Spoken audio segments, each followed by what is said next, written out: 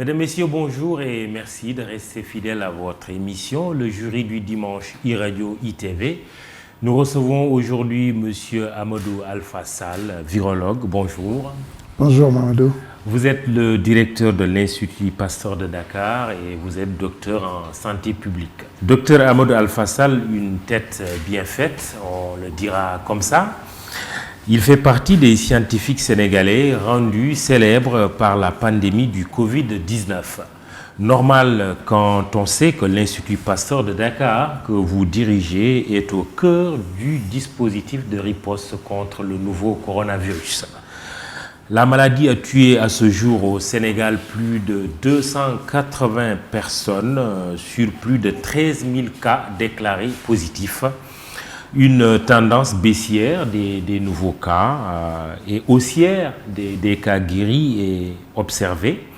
Virologue de formation, Dr Sall a acquis sa science à l'Institut Pasteur à Paris avec des cours avancés de virologie médicale et une thèse de doctorat, mais aussi à travers des séjours dans plusieurs institutions scientifiques de renom, telles que l'Institut de virologie et de microbiologie de l'environnement d'Oxford au Royaume-Uni, le Centre de recherche sur les maladies tropicales de la branche médicale de l'Université du Texas à Galveston aux États-Unis, ou la faculté de médecine Albert Einstein de la Yeshiva University à New York.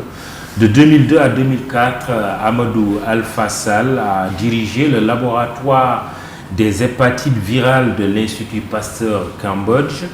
En 2010-2011, il a passé une année sabbatique en tant que chercheur invité au Center for Infection and Immunity de la Mailman School of Public Health de la Columbia University of New York sur la découverte de nouveaux agents pathogènes. Administrateur général de l'IPD depuis septembre 2016, Dr Sall a été lauréat du Grand Prix du président de la République du Sénégal pour les sciences en 2011 et du prix de l'UNESCO pour les sciences de la vie en 2015 pour vos recherches. Dr Sall a été admis à l'Académie nationale des sciences et des techniques du Sénégal en 2012. Il est riche de 26 ans d'expérience scientifique et a séjourné dans plusieurs pays et continents. La question, elle est évidente, cela fait 6 mois que le Sénégal fait face à la pandémie due de la Covid-19. Quel bilan on peut en faire aujourd'hui? Merci beaucoup Mamadou. Ça fait effectivement un peu moins de 6 mois que le Sénégal a confirmé son premier cas, qui était le 2 mars. Et on peut en tirer un bilan que je qualifierais d'honorable. Quand je dis honorable, je veux dire qu'au rang des pays qui sont confrontés à la Covid-19, je pense que le Sénégal, que ce soit en Afrique ou dans le monde, a réussi un certain nombre de succès et qui en font aujourd'hui un pays qui est suivi et pour lequel son expérience est souvent échangée. Je veux dire par là que... Et vous rentrez de la Gambie? Je rentre effectivement de la Gambie où on a eu, sur une demande de notre gouvernement, avec le professeur Seydi, le docteur Bousso et le docteur Passambaba, un échange avec les Gambiens pour l'expérience du Sénégal, mais aussi pour les appuyer dans d'autres domaines où on pense que le Sénégal a fait des efforts. Et donc c'est un échange fructueux où on a aussi appris, mais pour lequel on a apporté. Et cela est tout à l'honneur du Sénégal et dans les rapports de bon voisinage permet au Sénégal de mieux gérer sa crise et à la Gambie de mieux gérer sa crise. Donc un partenariat gagnant-gagnant. Vous dites un bilan honorable, pourtant les critiques ne manquent pas.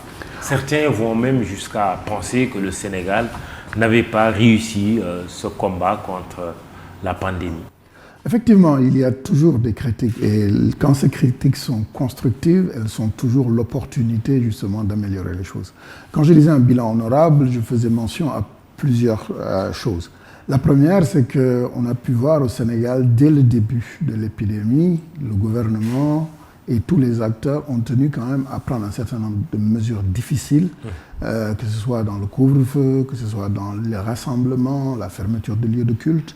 Et bien que c'était quelque chose qui posait problème, nous a quand même permis de gagner beaucoup de temps et d'éviter aujourd'hui ce qu'on a pu voir dans certains pays, qui étaient des catastrophes, avec des endroits où on avait des morts à ne savoir qu'en faire, où on ne pouvait même plus les enterrer. Et donc ça, c'est vraiment une première action que je trouve a été très bonne, très courageuse et qui a permis de gérer la situation.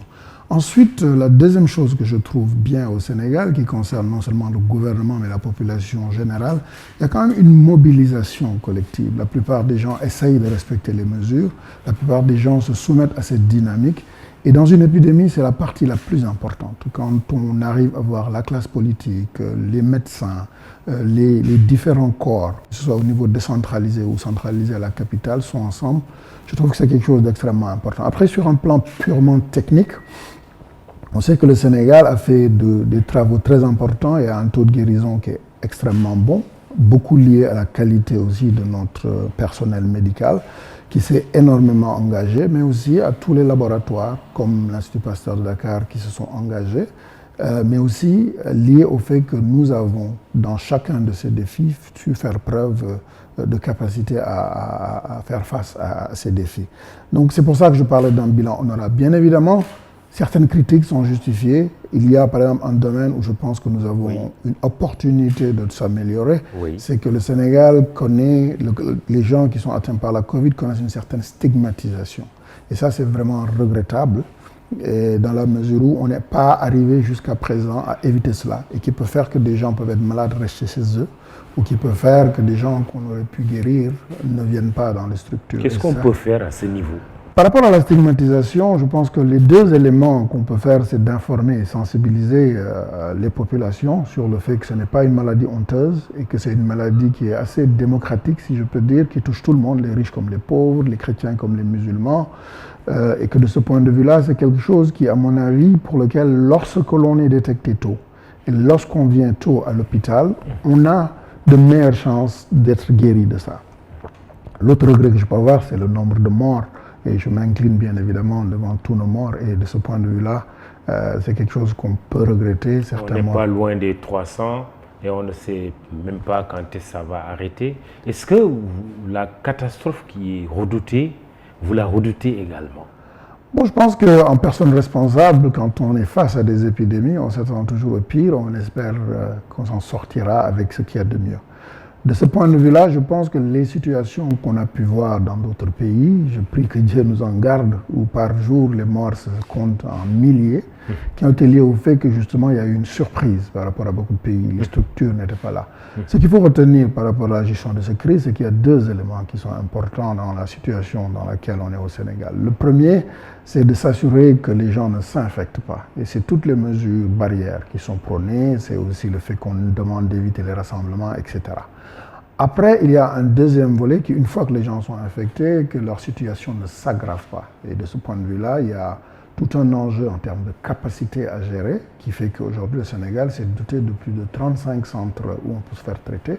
Et les cas graves, puisqu'ils se multiplient, sont un objet particulier d'attention qui fait qu'aujourd'hui, on est en train de faire des recherches avec des gens comme le professeur Seydi. On est en train de voir toutes les opportunités qui sont possibles pour mieux traiter les cas graves. Si vous regardez en Europe, bien qu'il y ait une deuxième vague actuellement, la mortalité est beaucoup moins importante parce que les gens sont mieux préparés et parce que cette situation est aujourd'hui un peu mieux connue du point de vue du traitement.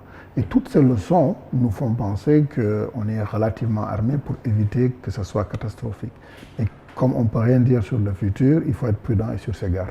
Oui, sauf qu'il y a des gens qui sont malades, qui préfèrent rester chez eux. Ils sont nombreux. Je pense qu'il y a une large partie de la population liée au problème de la stigmatisation, en partie, qui préfèrent rester chez eux. Donc, actuellement, il y a une expérience assez bonne. Mais est-ce qu'ils sont connus des services de souvent, il y en a, lorsqu'on leur demande de partir, ils sont connus des fois des services, mais ils font le choix de rester. Quand c'est des situations où il y a un besoin vraiment de suivre les personnes, parce que quand il s'agit de cas asymptomatiques ou des cas pas très très sévères, cela peut justifier et se suivre. Et pour dire vrai, en termes de capacité, on ne pourrait peut-être pas hospitaliser tout le monde, même si le Sénégal a fait beaucoup d'efforts dans ce sens-là. Mais le fait d'avoir cette possibilité doit faire l'objet d'une évaluation du risque. Et lorsque ce risque est important en termes de capacité d'avoir des difficultés respiratoires ou dans un contexte de comorbidité avec certaines maladies, il est important et recommandé d'aller à l'hôpital. Et justement, lorsque quelqu'un est diagnostiqué, il y a toujours un échange avec les médecins et une évaluation qui est faite et des recommandations faites dans ce sens-là. Quand les personnes acceptent cela va mieux pour leur santé, ils sont mieux pris en charge dans les contextes médicaux. Quand les personnes refusent, souvent, il arrive que des gens restent chez eux et quand les choses se compliquent, ils viennent à l'hôpital. C'est bien évidemment moins favorable et ça peut faire des fois qu'on ait une situation de décès. D'une manière générale, ce qu'il faut retenir et expliquer, c'est que plus tôt on est diagnostiqué, mieux c'est. Et une fois qu'on est diagnostiqué, après avoir une évaluation, le mieux c'est d'être dans un milieu hospitalisé pour éviter les complications. Alors, en tant que virologue et expert en santé publique, on imagine, vous êtes au cœur du dispositif mis en place. Aurait-on pu faire autrement et mieux pour, par exemple, limiter le nombre de contaminations? Bon, c'est une question qui est divisée parce qu'on peut toujours faire mieux, bien évidemment. Ce qu'il faut dire, c'est que depuis le début, le Sénégal a adopté une stratégie avec 3 éléments qui me paraissent essentiels et qui font que, comme je disais tout à l'heure, je pense que le pire a été évité et on a fait au mieux. La première chose, c'est qu'il y a eu toujours une démarche assez concertée dans les choix qui ont été faits pour les stratégies. Régulièrement, entre scientifiques, ensuite avec les autorités, il est discuté pour savoir quelle est la meilleure approche pour utiliser le problème. Et donc, de ce point de vue-là, ça a permis dès le début de dire les rassemblements, les écoles, enfin un certain nombre d'activités devaient être arrêtées parce que c'était vraiment un sujet à ce moment-là. Cette concertation est un élément important de ce qu'on peut faire. La deuxième chose, c'est que la stratégie s'est adaptée au fur et à mesure que la situation s'est déroulée. Cela est important parce que quand on approche une épidémie qu'on ne connaît pas, une maladie qu'on ne connaît pas, dans un contexte qui évolue sans arrêt, il faut avoir cette flexibilité et agilité qui permet de s'adapter. C'est pour ça que vous allez voir au Sénégal, dans un premier temps, on a essayé, la stratégie a été vraiment détecter tous les foyers. Une fois que les foyers sont détectés tout le monde et les contacts, les mettre dans des hôtels pour tuer chacun des foyers naissants. Parce qu'on n'a vu que quelques clusters. Et quand l'épidémie a pris une certaine ampleur, la démarche a été dit, on se focalise sur les gens qui ont des symptômes. Donc cette évolution dans la stratégie est quelque chose d'important. Pareil, au début, tout le monde était hospitalisé. Au fur et à mesure qu'on a connu la maladie, les gens peuvent être pris en charge à domicile et les cas graves sont traités à l'hôpital. Donc ce volet de s'adapter me paraît extrêmement important dans notre démarche. Et le troisième élément qui a été fait, c'est qu'il y a quand même une veille et une décentralisation de l'approche qu'on met qui fait qu'au niveau de tout le territoire du Sénégal, les choses sont prises en charge. Mais quand certains de vos collègues disent qu'il faut laisser circuler le virus pour avoir une immunité collective, ou que l'avis des médecins, en tout cas des scientifiques que vous êtes, est parfois ignoré par les autorités politiques, vous répondez quoi? Alors, pour la partie immunité, j'ai 2 éléments de réponse. L'expérience des pays qui avaient fait le choix, que je ne veux pas citer, a montré que c'était probablement une erreur. Puisque de grands pays ont fait ce choix-là et se sont retrouvés avec un nombre de morts où ils ont essayé justement de retourner la stratégie dans un contexte où c'était difficile. La deuxième chose, c'est que pour parler d'immunité, il faut savoir maîtriser l'immunité. L'immunité aujourd'hui du Covid-19 n'est pas très très bien maîtrisée. Il y a il y a des informations qui montrent qu'on développe une immunité, mais on ne sait pas combien de temps ça dure, peut-être 2-3 mois. Il y a des gens qui, de par leurs études, montrent qu'il y a peut-être possibilité d'avoir une immunité dans le long terme. Et cela est encore relativement débattu du fait que la maladie n'est pas connue depuis très longtemps. Donc se baser sur ça pour faire une stratégie à l'échelle d'un pays me paraît quelque peu risqué. Pourtant, on a eu le sentiment que le Sénégal avait fait cette option quand les mesures ont été levées. Ou bien? Je ne pense pas que le Sénégal ait fait cette option. Ce qui a été fait sur cette question d'immunité, en fait, a été de dire nous sommes devant une situation qui est relativement difficile sur le plan économique, qui pose un certain nombre de problèmes à plusieurs secteurs, et que de ce point de vue-là, il faut apprendre à vivre avec le virus. Et nous, en tant que scientifiques, avons essayé, dans ce contexte-là, d'accompagner cela. Maintenant, la deuxième partie de votre question sur le fait que... Est-ce que vos avis ont toujours été suivis? On a parlé de frustration au sein du corps médical, des scientifiques que vous êtes, c'est vrai? C'est peut-être possible, mais personnellement, ce n'est pas l'expérience que j'ai eue. Vraiment, j'ai remarqué dans le contexte du Conseil national de gestion des épidémies que le ministère dirigé par la Directrice générale de la santé, ou au niveau opérationnel, au niveau des centres des opérations d'urgence sanitaire, ou même à des niveaux plus élevés, au Conseil présidentiel, Nous sommes écoutés et en fonction des éléments d'appréciation que les autorités politiques ont, des décisions sont prises. Mais je n'ai pas l'impression que les avis sont ignorés. Ce n'est pas l'expérience. Maintenant, il se peut que d'autres aient cette expérience-là, mais je pense que personnellement, ce n'est pas l'expérience que je retiens. Alors, l'invité du jury du dimanche e-radio ITV est le directeur de l'Institut Pasteur de Dakar, Dr Amadou Alpha-Sall. Votre institut, justement, on aurait même pu ou dû commencer par là, et est au centre de cette stratégie nationale de lutte contre la pandémie de Covid-19. Pouvez-vous nous le présenter, l'IPD d'abord, et quelle explication pour ceux qui ignorent son rôle? Oui, en fait, l'Institut Pasteur est une fondation sénégalaise d'utilité publique, donc qui est à but non lucratif. Ça veut dire que l'essentiel de notre mission est social. Quand je dis cela, ça veut dire que souvent dans le monde anglophone, on parle de social venture, social business. Et l'Institut Pasteur est vraiment dans cette dynamique, à ces missions qui lui ont été confiées par le gouvernement, qui est maintenant un membre de notre conseil d'administration et qui dirige ses politiques, et qui justement a 4 activités majeures. La première est la recherche, qui est vraiment le domaine dans lequel l'Institut Pasteur a eu sa réputation. Ensuite, il y a un deuxième domaine qui concerne plutôt la santé publique, ce qu'on fait aujourd'hui dans le cadre du Covid est important. Une troisième mission qui est une mission plutôt de formation et d'éducation. Aujourd'hui, une grosse partie de l'élite sénégalaise dans le domaine de la microbiologie, voire de l'Afrique et dans le monde, a eu l'opportunité d'être formée ici et dans le réseau des Instituts Pasteur. Et enfin, de l'expertise. Nous produisons du vaccin. Et ça, c'est assez rare en Afrique. Et depuis quelque temps, nous produisons des tests de diagnostic. Donc, une activité industrielle. Ça, c'est les missions. Mais dans le côté santé publique, il y a un volet service qui est important. L'Institut Pasteur est connu pour ses analyses, que ce soit dans le domaine alimentaire, que ce soit dans le domaine des humains, qui sont une activité extrêmement importante, ou le service de la vaccination. Donc, globalement, c'est un peu ça, nos activités. Et dans le cadre du Covid, il nous a été un peu donné un certain nombre d'activités, notamment les tests, qu'on doit faire.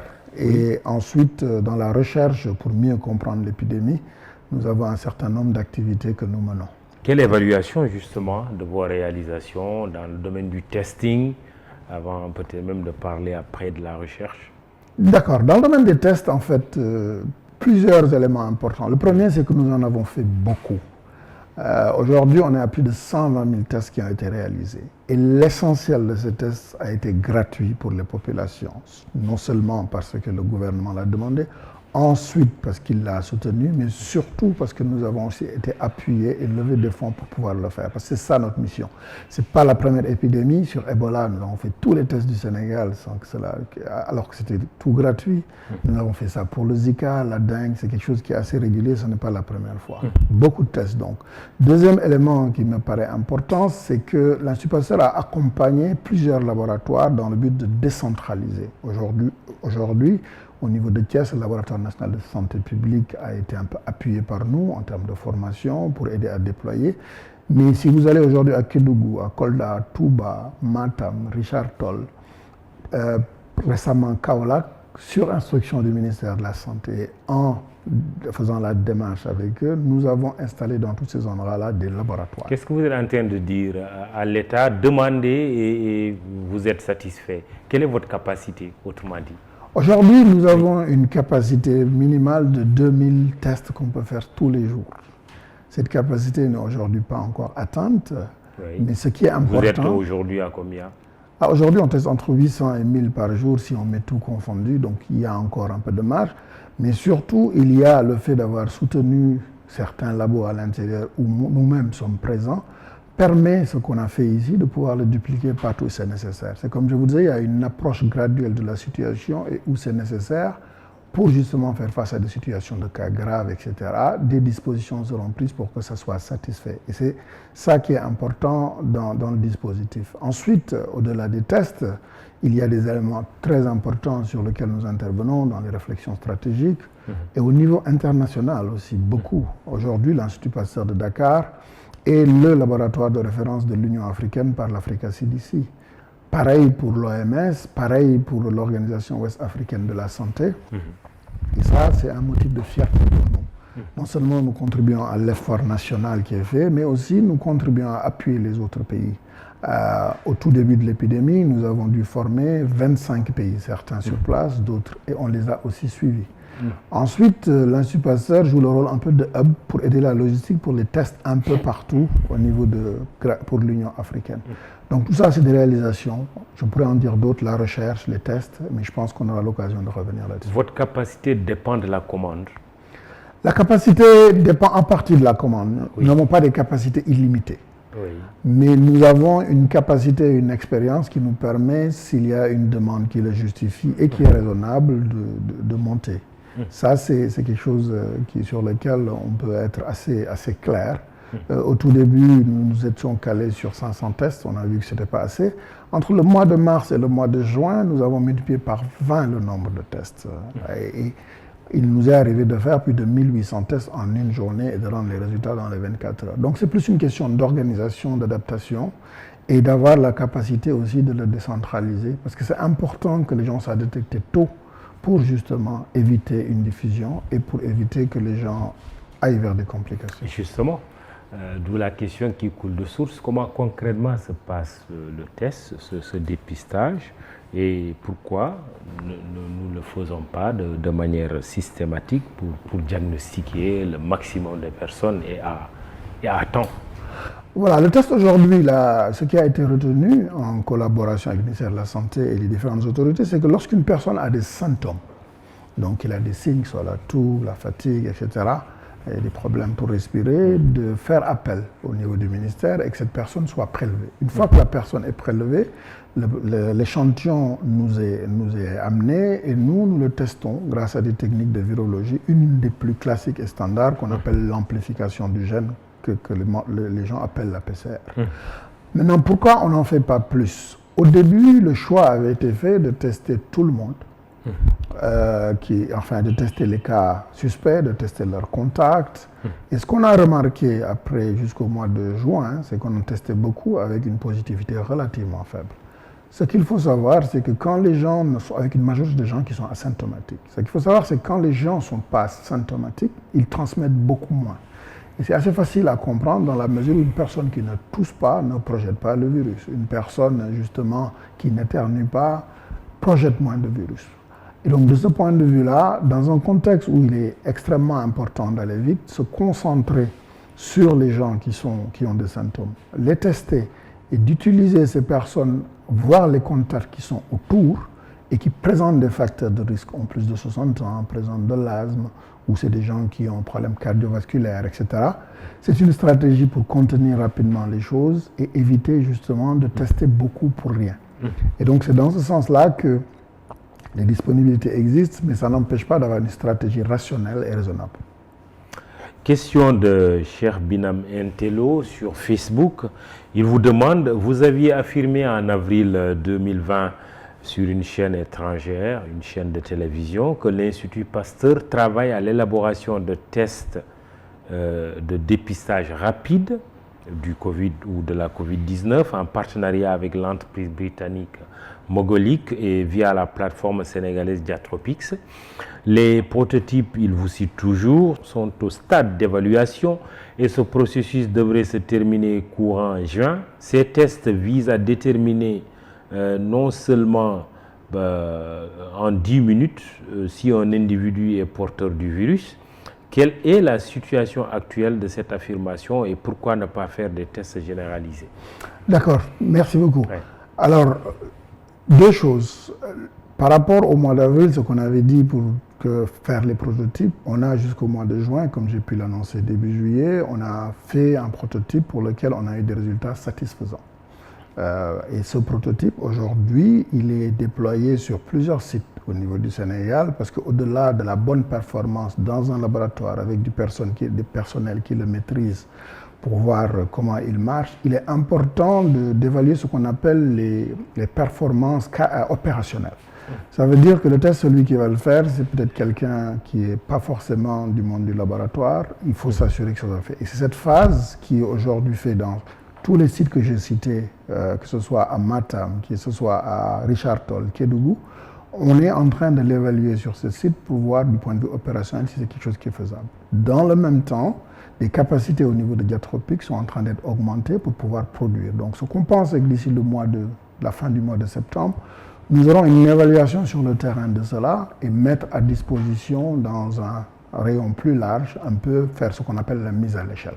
Donc aujourd'hui, c'est là où on en a eu les tests rapides et prochainement, nous allons inviter la presse justement pour venir voir comment ça se fait, comment il est fabriqué et dans quelle mesure justement, comment il est déployé sur le terrain. Il n'est pas encore effectif, ce test rapide. Aujourd'hui, il est effectif, il a été fabriqué, mais il n'est pas dans le grand public. Il n'est pas au niveau du Sénégalais lambda, il n'est pas au niveau de l'ensemble du ministère de la Santé. Et il le sera probablement à partir de la fin du mois de septembre, parce que justement on a besoin de produire et de voir le retour qu'on a du terrain. Aujourd'hui, il est en train d'être vu sur le terrain comment il se comporte. Et les performances et les tests du point de vue laboratoire ont déjà donné entre nos mains des résultats satisfaisants. Parlons maintenant du coût. Tous ces tests sont gratuits. Ils sont gratuits. Absolument. Tous les tests qu'on fait dans le cadre de la surveillance sont absolument gratuits. En tout cas, ce que nous on fait, ils sont complètement gratuits. Toute personne qui a des symptômes, qui appelle le ministère, doit bénéficier d'un test gratuit. Ça, c'est absolument le cas. Maintenant, pour ce qui concerne les tests rapides dont on parlait, l'objectif et toute la dynamique a été faite pour que ce test coûte moins $1, c'est-à-dire le prix des entrants. D'accord. Ils ne seront pas gratuits. Ceux-là, ils seront mis à disposition des États à $1, ce qui est le coût de comment il faut faire pour le produire. Mais ce qu'il faut savoir, les autres tests aujourd'hui qui sont déployés, c'est des tests pour lesquels on n'a aucune maîtrise des entrants, qui demandent quand même un certain nombre de ressources pour le faire et pour lesquels plusieurs bailleurs nous ont appuyé à le faire et le gouvernement. Et pour ça, il est gratuit auprès des gens, même s'il a un coût qui est non négligeable. Et donc, de ce point de vue-là, c'est ça la réponse par rapport à votre question. Test gratuit dans le cadre de la stratégie, mais il n'allait pas pour les voyageurs qui se posent des questions. Mais pourquoi payer 40 000 francs CFA pour un test? Absolument, très bonne question. Ouais. Il y a deux éléments qui ont conduit à ce prix-là et sur lesquels je voudrais faire un premier commentaire. Le premier commentaire, c'est que quand vous regardez le coût du test ailleurs, y compris dans la sous-région, je ne citerai aucun pays, le Sénégal doit être le moins cher, si ce n'est vraiment un des moins chers. Ça, c'est le premier point. La deuxième chose, c'est que pour faire ce test-là, le gouvernement a convoqué tous les labos et a demandé à quel prix pouvait faire ce test pour qu'il soit accessible aux gens. Et donc, en faisant quelque chose de très raisonnable, 40 000, ça couvre les coûts qui permettent de faire le test. Pourquoi? Parce que les voyageurs sont des gens qui, a priori, n'ont pas besoin d'être testés. Parce qu'ils sont souvent en bonne santé, ils vont dans le cadre d'un déplacement. Et c'est comme pour dire, si on demande aux voyageurs pourquoi ils doivent payer pour prendre l'avion, pour prendre un taxi. Je veux dire, c'est un service qui est donné. Et ce service, dans ce cadre-là, on a demandé à des laboratoires de l'offrir dans le but, justement, de résoudre ce problème. L'autre point, c'est que sans ce test, les gens ne pourraient pas voyager. C'est comme si on vous demandait un visa et qu'on dit pourquoi il faut payer le visa. Donc, ce que je voudrais dire par là, c'est que premièrement, le test, il est à un prix où, très franchement, je ne pense pas que les laboratoires qui le font beaucoup d'argent s'ils payent tous les éléments qui vont dans le test.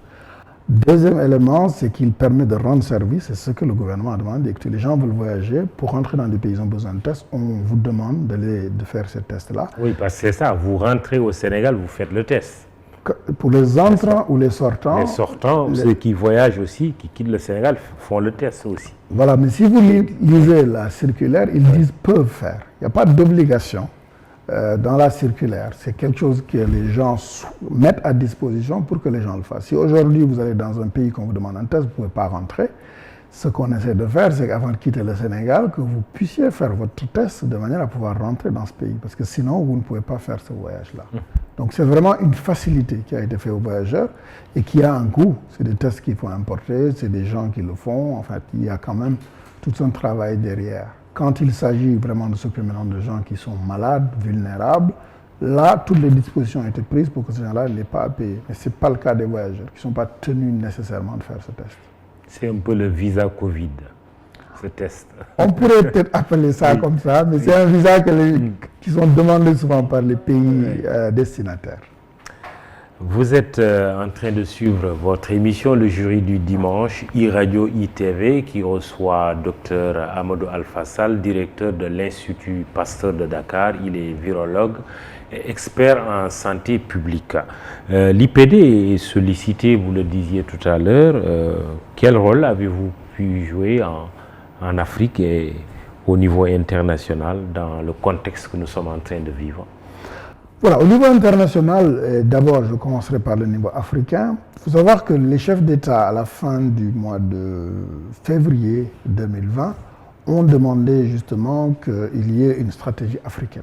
Et donc ce qu'on appelle la Task Force africaine, qu'on appelle AFTCOR, dans lequel il a été demandé à l'IPD de faire deux choses. La première, c'est de présider tout ce qui concerne le volet laboratoire, donc que j'ai l'honneur et le privilège de présider, sur l'ensemble de l'Afrique, de faire des recommandations sur comment tester, qui tester, où tester, etc. Et donc ça, c'est une première mesure qui est importante. La deuxième chose qui a été aussi demandée à l'Institut Pasteur, c'est de dire que chaque fois qu'un test arrive sur le continent, on peut vous demander d'en faire l'évaluation. Ce qui est important, parce qu'il ne s'agit pas qu'un test qui soit fait en Europe, marche en Europe, marche ici. Ils n'ont pas de paludisme, par exemple, en Europe, et on voit certains tests ici, quand on les soumet à des gens qui ont été exposés au paludisme, donnent des résultats qui ne sont pas de bons résultats. Donc ce genre de choses nous permet, nous, de répondre à ce genre de choses. Ensuite, au niveau international, nous contribuons. Par exemple, je travaille dans un groupe qui conseille le directeur des urgences de l'OMS, qui est le directeur général adjoint, dans les différentes stratégies pour porter une voix de l'Afrique et aussi à appuyer les autres pays, comme vous avez pu le voir, l'échange qu'on a pu faire avec la Gambie et qui se fait régulièrement de façon sous-régionale, comme dans le cadre de l'OAS, avec lequel nous travaillons beaucoup à conseiller les ministres de la Santé à travers un groupe d'experts. Et des instituts Pasteur, on en a combien sur le continent, pour le rappeler? Alors sur le continent, il y a 10 instituts Pasteur sur les différentes régions, nord, centrale, ouest et dans l'océan Indien. Ce sont des instituts qui travaillent en réseau, et même s'ils sont chacun autonomes dans leurs dispositions et légalement sont souvent autonomes, avec des statuts assez différents. Alors, avant de parler d'une autre question qui est très attendue, c'est la recherche, c'est le vaccin. On va quand même parler de la stratégie, revenir à la stratégie du Sénégal. Vous parliez tout à l'heure de la stigmatisation, il y a également la préoccupation des rassemblements. Qu'est-ce que vous recommandez aujourd'hui au niveau du Conseil national ou du Comité national? D'une manière générale, ce qu'il faut comprendre, ce qui est factuel, c'est que quand on a des rassemblements, il y a deux choses qui vont se passer et qui posent problème dans l'épidémie. Le premier, c'est que la diffusion peut être plus rapide entre les gens qui l'ont et les gens qui ne l'ont pas. Et la deuxième chose, c'est que quand les rassemblements se font et que les gens viennent d'origines différentes, en retournant, on va diffuser les choses.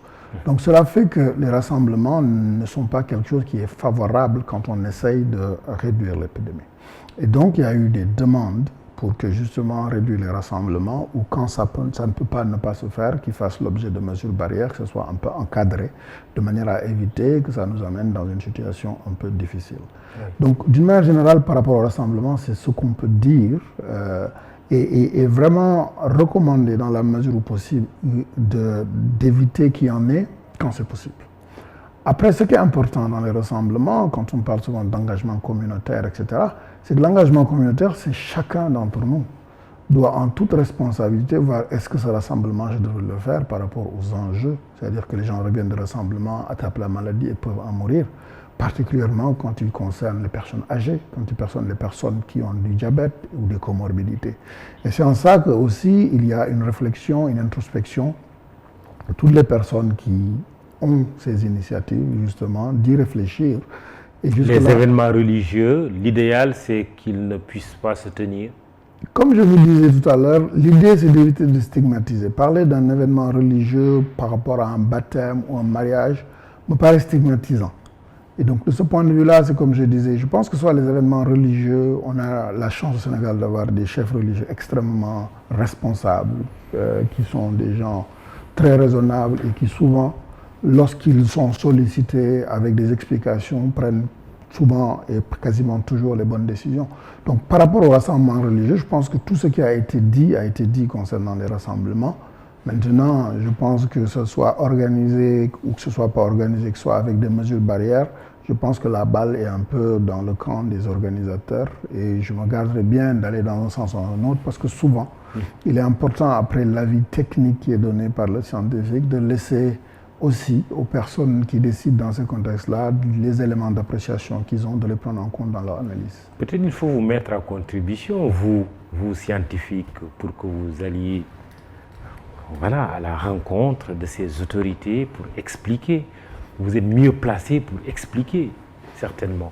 Ah oui, il nous arrive souvent de discuter justement avec ces autorités, qu'elles soient religieuses, coutumières, pour expliquer la situation.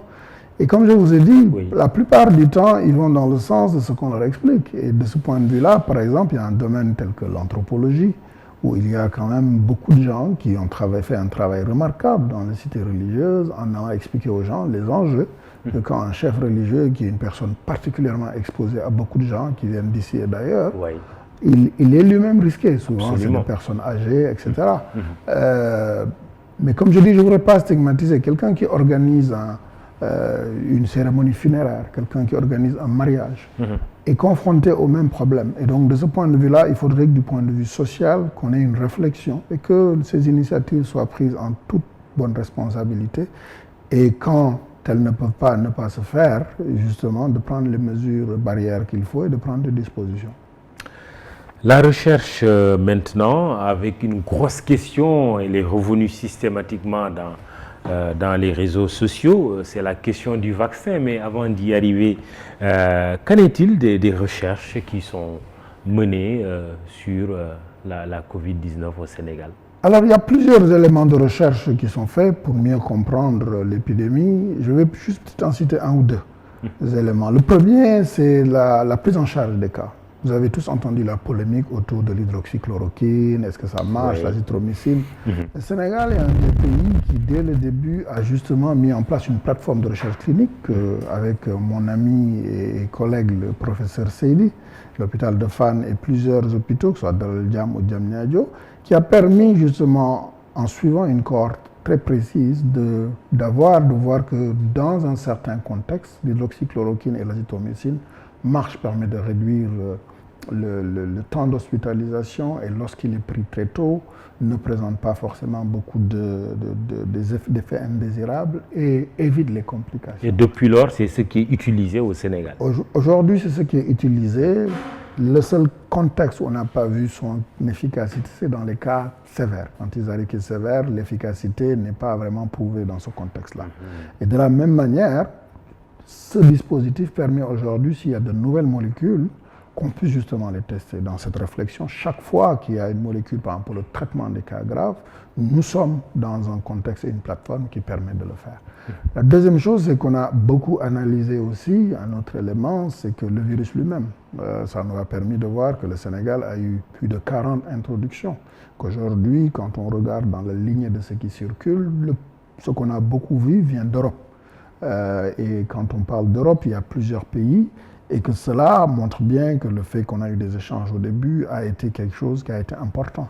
Ensuite, il permet de montrer comment dans le Sénégal, le virus se déplace et cela permet d'avoir une stratégie pour dire comment le virus part dans telle zone. Donc vous avez une grosse diversité à Dakar, une diversité un peu moindre dans les autres endroits et tous ces éléments sont importants.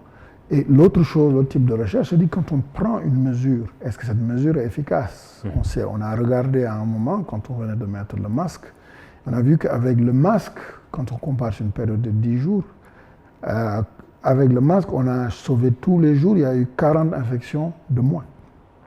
Et donc ça, quand on le met sur 10, 15 jours, ça montre que telle mesure est efficace par rapport à une autre mesure, par exemple, et ça permet d'arbitrer. On ne peut pas remettre en cause l'efficacité du masque, c'est tout un débat aujourd'hui, y compris entre scientifiques. Entre scientifiques, c'est comme toutes les mesures. C'est-à-dire ces mesures en tant que telles, il faut vraiment bien maîtriser l'élément dans le contexte dans lequel il est fait. Comme on a dit, l'hydroxychloroquine dont je vous parlais, il y a des endroits où les gens disent que ça ne sert à rien. Ici, on a pu avoir quelque chose dans notre contexte, dans les conditions, on a pu voir ça, c'était utile. Ou le masque à l'air libre, le masque, justement, disent que ce n'est pas utile. Justement, le masque, ce qu'on a pu voir au Sénégal en évaluant, c'est qu'à l'époque, quand on l'avait fait et montré, ça permet de réduire 40 cas par jour. Donc, il n'était pas inutile à cette époque de le faire et de le continuer. Je pense que c'est une mesure qui est importante, qu'il faut voir, qui est barrière. Mais en tant que tel, il faut le faire avec les mesures barrières. Il faut se nettoyer, il faut se laver les mains. C'est important donc de le maintenir et de le faire ensemble avec d'autres mesures, qu'on appelle la distance physique, avoir au moins 1 mètre.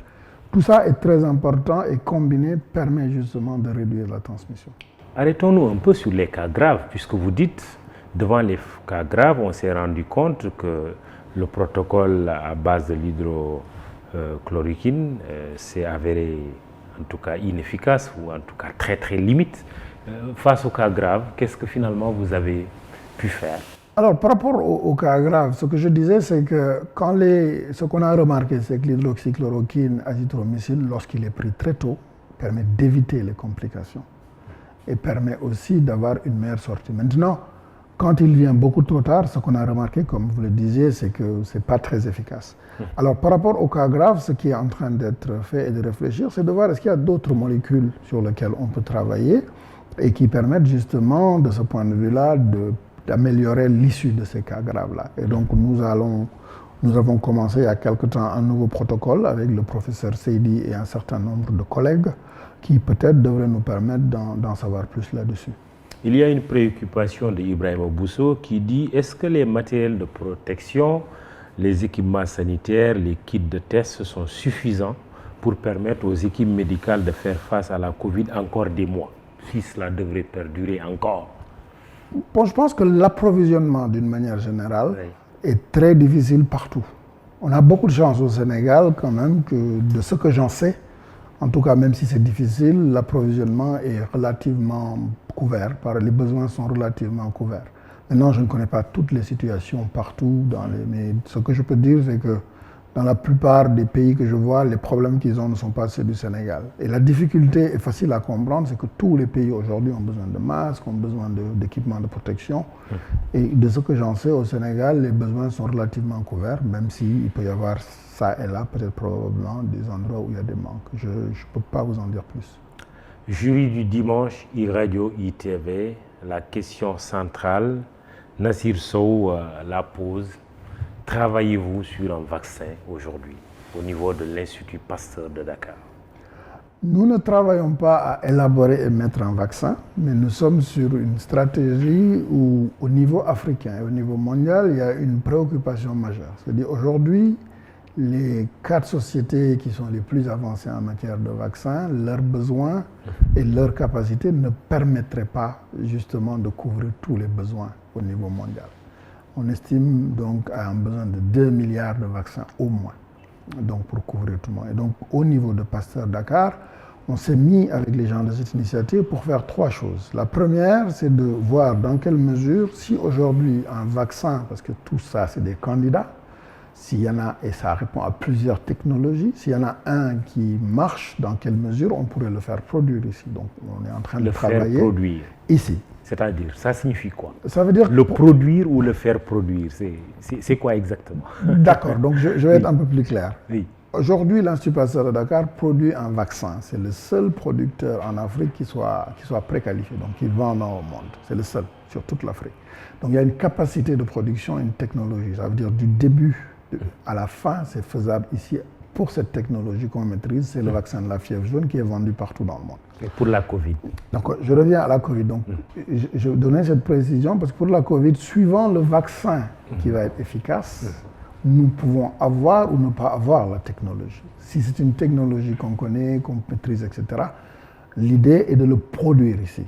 Et quand on produit un vaccin avec une technologie, qu'elle soit nouvelle ou ancienne, il y a souvent des étapes. Là, le positionnement est de dire, s'il y a un vaccin et que la capacité de produire la pulpe vaccinale, qui est le plus important, existe, on peut faire les dernières étapes pour le rendre disponible. Et donc, on s'est mis dans cette stratégie-là. Ça, c'est une première chose qu'on est en train de faire. La deuxième chose, c'est que les vaccins, si on en produit, il va falloir voir est-ce qu'ils sont efficaces. Et pour savoir est-ce qu'un vaccin est efficace, il faut faire des essais cliniques comme on fait actuellement, les médicaments, etc. Ça, c'est une idée sur laquelle il faut travailler avec les différentes personnes justement qui gèrent les vaccins pour que ces vaccins puissent être disponibles. Et la troisième chose, c'est de voir au niveau politique comment avoir accès. Parce que C'est pas tout de vouloir le faire, il faut qu'on ait une possibilité de l'avoir. Comme aujourd'hui, vous parlez tout à l'heure des équipements de protection, avoir accès au vaccin va être difficile, même si c'est pour le produire dans les dernières étapes. Alors, la Russie a annoncé il y a quelques jours un vaccin, Sputnik Vaccine. La Chine, certains disent vers mars 2021, on devrait avoir un vaccin venant de la Chine. Les États-Unis y travailleraient et que ça pourrait même être d'un enjeu électoral important pour Trump, qui peut-être annoncerait un vaccin avant l'élection présidentielle américaine prévue en novembre prochain. Et l'Afrique, j'ai envie de poser cette question.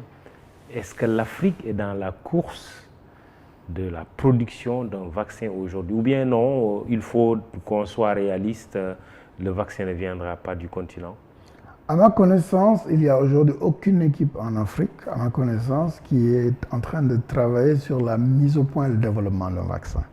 Maintenant, en Afrique du Sud, bientôt le Kenya, des essais cliniques vont se faire pour que des vaccins qui sont... Il faut savoir qu'il y a aujourd'hui un peu plus de 200 candidats vaccins dans le monde.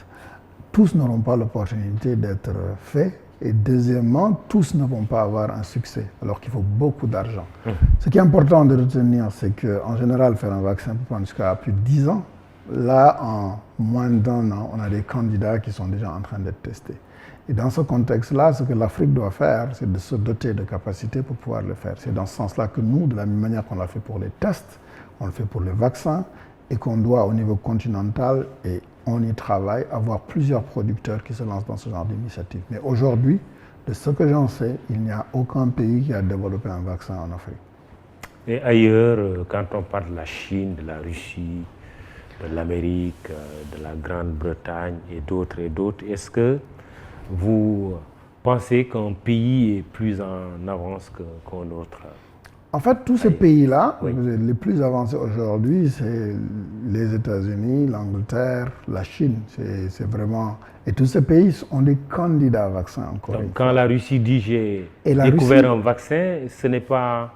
Actuellement... Ça n'emporte pas votre conviction? Non, c'est pas que je suis pas suffisamment informé des travaux de ce qui est fait en Russie. Et donc, j'essaie de m'informer. Je sais qu'il y a un certain nombre de travaux qui sont faits. Je pense qu'il y a beaucoup de candidats. Hein. Comme je vous disais, il y en a plus de 200 aujourd'hui qui sont testés à différents stades. Certains précliniques, d'autres qui commencent à voir chez l'homme. Et je veux dire, il y a beaucoup de vaccins qui sont testés et on n'est pas sûr que tous iront jusqu'au bout de la course. Ce qui est important, c'est qu'il y en a qui sont très avancés et que je pense qu'au début de l'année prochaine, on devrait pouvoir avoir au moins des candidats sur lesquels on peut savoir s'ils marchent ou pas. Les candidats vaccins, effectivement, qui sont en train d'être testés, mais il y a aussi un autre enjeu, c'est les tests qui sont réalisés sur les humains. Est-ce qu'on peut craindre que l'Afrique ou les Africains soient utilisés comme cobayes? Le débat a éclaté à un moment donné. Oui, il y avait ce débat et je pense que c'est normal que ce genre de débat existe parce que justement, il faudrait qu'en matière de vaccins et en matière de recherche d'une manière générale, que toutes les initiatives qui se passent en Afrique ou ailleurs fassent l'objet d'une évaluation éthique et qu'on voit que réellement les populations ne prennent aucun risque qui soit au-delà du raisonnable. Vous y veillez? Il y a un comité éthique au Sénégal, qui est un comité national qui, je peux vous dire, pour avoir soumis des projets là-bas, fait un travail très sérieux pour dire on ne veut pas de ça, changer ceci, etc. Donc ça existe sur toute l'Afrique. Ensuite, les experts qui existent en Afrique siègent dans des comités où, bien évidemment, nous ne laisserons jamais un vaccin venir en Afrique si on pense qu'il y a le moins de risques pour nos populations. Et donc ça, je pense que c'est quelque chose d'acquis. Maintenant, ce qu'il faut aussi dire, c'est que quel que soit le vaccin, on a besoin de savoir comment il réagit chez l'homme. Parce qu'on le teste d'abord chez l'animal, on regarde est-ce que le vaccin lui-même ne pose pas de problème. Ensuite, on passe par une phase où on regarde le nombre de doses, comment il faut faire. Ensuite, il faut voir s'il est vraiment efficace. Et ça, si vous ne le testez pas chez l'humain, vous ne pouvez pas justement savoir s'il marche ou pas. Et c'est donc les vaccins les plus avancés aujourd'hui. Certains pays sont candidats pour le faire parce que c'est une façon d'accéder, parce qu'on a une information précise. Donc la démarche scientifique, elle est incontournable de ce point de vue-là. Le Sénégal est candidat? Le Sénégal, la candidature du Sénégal, c'est aux autorités sénégalaises de le définir. Mais ce qui se passe, c'est que si aujourd'hui il y avait une volonté de le faire, nous avons au Sénégal tout ce qui est nécessaire, comme pour les traitements, pour évaluer ça dans de très bonnes conditions et pour justement en faire profiter nos populations. Donc cette démarche, il ne faut pas l'exclure. C'est quelque chose qu'il faut réfléchir, mais il faut l'encadrer. Et il faut l'encadrer sur le plan technique, parce qu'un vaccin n'est pas essayé dans les populations s'il n'a pas satisfait à plusieurs étapes, qu'on montre qu'il n'est pas nuisible, qu'on montre qu'il est à des dosages qui sont connus, ensuite avant d'aller le faire. C'était le cas par exemple, Ebola, il y a eu un essai qui a marché lors de la première épidémie en Guinée, et qui a fait qu'après, quand c'est la RDC, ça a pu être utilisé dans de bonnes conditions et ça a contribué à arrêter l'épidémie. Maintenant, il y a eu des abus dans le passé, des comportements qui ont fait que la vigilance doit être absolument stricte. Et c'est le rôle des comités d'éthique, c'est le rôle des comités d'experts. Et je pense qu'aucun Africain ne se lancera dans encourager des essais cliniques si les conditions minimales ne sont pas réunies. Quand on parle de recherche au Sénégal, on parle souvent aussi des moyens qui sont limités. Comment arrivez-vous à contourner cette limite? Bon, la recherche, les moyens, à mon avis, sont déficitaires dans tous les pays du monde. Ouais. Je bouge suffisamment pour savoir qu'on investit plus ou moins dans la recherche, mais il n'y en a jamais assez. Maintenant, au niveau du Sénégal, l'Institut Pasteur de Dakar, nous faisons de la recherche et les moyens de le financer sont multiples. Le premier, c'est qu'il y a des fonds compétitifs. Quand vous avez une idée, vous soumettez votre idée et qu'il y a des gens qui vont donner de l'argent pour que cette idée puisse voir le jour. Ensuite, quand les gens viennent faire les analyses au niveau de l'Institut Pasteur et qu'il y a des bénéfices sur cette analyse-là, cet argent est réinjecté ou dans la recherche ou dans la formation des gens. C'est une façon de faire. L'autre chose, c'est que quand on vend du vaccin et que ce vaccin est vendu à l'international, le bénéfice qui est fait est réinjecté dans la... Parce que nous sommes, comme je vous ai dit, à but non lucratif.